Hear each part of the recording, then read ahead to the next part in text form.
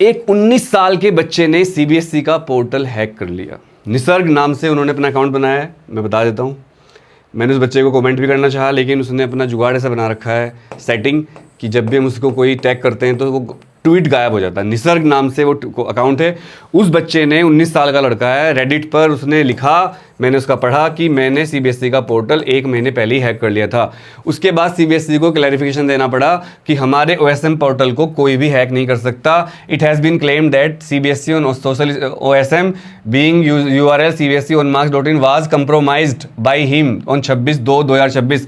इस लड़के ने कहा था कि 26 फरवरी को ही मैंने सीबीएसई का ओएसएम पोर्टल हैक कर दिया था। सीबीएसई कह रही है कि at the outest it is clarified that the portal used for evaluation of answer books bore a different URL which has neither been compromised nor does it have vulnerabilities indicated in the said social media post. The URL cbseonmarks.co.in is the testing site only with the sample data.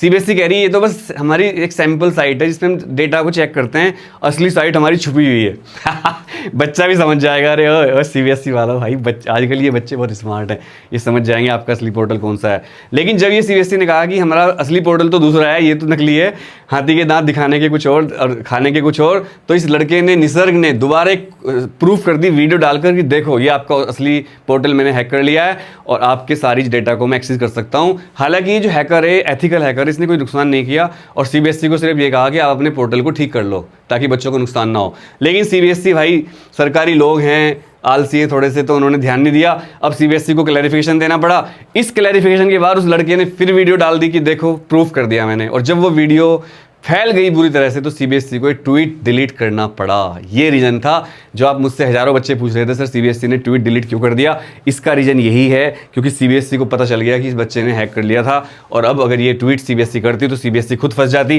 तो CBSE ने finally tweet delete कर दिया। तो सोचिए कहाँ पर Modi ji digital India की बात करते हैं और कहाँ पर सीबीएसई जैसे बड़े ऑर्गेनाइजेशन के पोर्टल ही हैक हो रहे हैं। वो तो अच्छी बात है कि एक एथिकल हैकर ने किया, अगर कोई गलत आदमी करता है, कोई दुश्मन देश कर लेता तो कितना नुकसान होता। और क्या गारंटी इस बात की कि कल कोई और सीबीएसई का पोर्टल हैक कर ले और बच्चों के मार्क्स चेंज कर दे, या कोई बच्चा हैक करके अपने मार्क्स बढ़ा ले, कुछ भी हो सकता है। कमेंट जरूर करिएगा क्या ये सही हो रहा है क्या, और ग्रेस मार्क्स की डिमांड करने के लिए इस वीडियो को ज़्यादा हाइप करिए। जय हिंद।